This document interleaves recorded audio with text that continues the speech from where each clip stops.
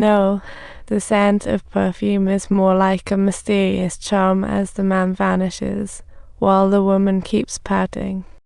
She must be tired of her husband. It's like a joke from anyone that suddenly rings her alarm.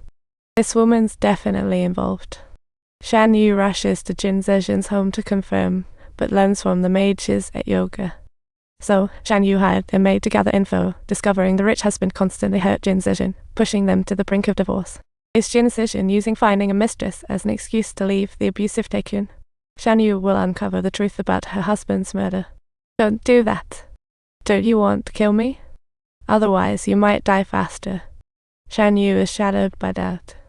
But Xiuzhen plays it cool, bringing Shanyu home and using her tears to hit the man's weakness, suddenly making Shanyu feel sympathetic. Today, Xiuzhen drags Shanyu out for coffee to patch things up, but then Xiuzhen calls saying someone is stalking her. Urging her to hurry back to the villa, Shanyu jumps up and leaves poor Xiuzhen alone at the caf to dash over to Xiuzhen's house. She spots a shadow bolting from the house, and before you know it, Shanyu's hot on their tail, only to end up in a fierce fight. The man in black stabs Shanyu and flees. She rushes into Xiuzhen's room in panic, but is knocked out by a golf club. When she wakes up again, it's to find Xiuzhen bandaging her wounds. Sorry, I didn't even know your name. Xiuzhen knows full well that Shanyu sent the black figure packing, so she feels she owes her more than just a bandage. She'll have to show real subtitles. Suddenly, a phone call interrupts Shanyu's tender moment, and the police have found a body. Shanyu breaks into cold sweat, for only 3 know the burial site herself, Guanju, who'd never tell, so it must be Xiuzhen. Shanyu immediately rushes over to her, demanding an explanation. Get out of the car. What exactly is going on in your mind? Spill it out now. Stop. Pretending to be nice. Answer. Surprised, Xiuzhen jumps out. Shanyu chases in panic. At the intersection, she sees Xiuzhen soaked, pressing, "Did you plan this?" As Shanyu presses her questions, Xiuzhen continues to respond with tears, softening Shanyu's heart as she embraces her. Then, she kissed without hesitation, and Xiuzhen's allure succeeded again. After 2 bodies were found, police discovered Xiuzhen had called an unknown number before the incident. She had made multiple calls to an anonymous number before. Upon hearing this, Shanyu panics instantly. She hurriedly calls Guanju, instructing her to clean out everything in the office and find a place to hide. Meanwhile, the forensic expert finds male protein samples in the deceased Xiuzhen. Once the report drops, they'll track down a suspect. Hearing this, Shanyu grows more nervous. She can't recall that night, and worse, police get an email from a stranger with hallway surveillance. Shanyu grows restless watching her own shadow. She must leave the station before recognizing herself. Just then, the video freezes at a crucial moment, helping her escape. Right now, she needs to snag that autopsy. Shanyu asked forensic expert Lai to conceal her affair and demanded immediate test results. Today is Xiuzhen's husband's funeral. Shanyu and colleagues arrive to verify. Xiuzhen wears mourning clothes, yet her scent lingers. Shanyu can't resist and enters her room. She asked why she wore perfume at the funeral.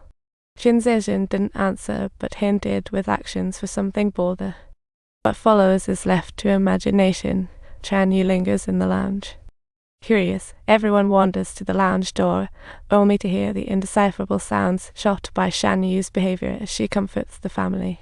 Reluctantly departing, the next day, Xiuzhen finds Shanyu showing her recent call log and asking why she dialed the victim's family over 20 times. As anticipated by Xiuzhen, Shanyu checks the hotel's footage and spots a couple seen on the deceased floor prior to the subtitles. So, she calls the 2 of them to the police station and inquires whether they recall a man they encountered in the hallway. Chen Keo observes Shanyu's strange behavior and promptly arranges for her to be apprehended. Seeing this, Shanyu seizes the opportunity to escape, deliberately raising her voice to threaten and intimidate the young man in various ways. Yu, noticing Shanyu's unusual expression, suddenly realizes she must be intricately connected to this case. Shanyu realizes continuing the investigation will make her the scapegoat, so she visits Xiuzhen for the truth. Xiuzhen decides it's time to come clean, telling Shanyu that her husband, Nanying Jai, is a widow who once laid eyes on her in a gym. And under the influence of her superpowers, it led to that scene at the beginning of the video. Shanyu can't grasp why Xiuzhen would drag her into it to get revenge on her husband. Little did she know, Xiuzhen was still stuck in her own mess. So she decides to slap cuffs on her to take her back to the station for the truth, but Xiuzhen stays fearlessly defiant and threatens Shanyu. Once they find out the autopsy results for Xiuzhen, the murderer's finger would be pointed at Shanyu, and she'd turn into the ultimate scapegoat. Shanyu knows she's Xiuzhen's puppet. Escape means finding the killer, there's always hope. Subtitles: Forensics found cornstalk and the weapon athlete's common powder. Shanyu suddenly recalls. Subtitle: The deceased ex, Lai Zhengguo, a fitness trainer, often uses this powder with gym equipment.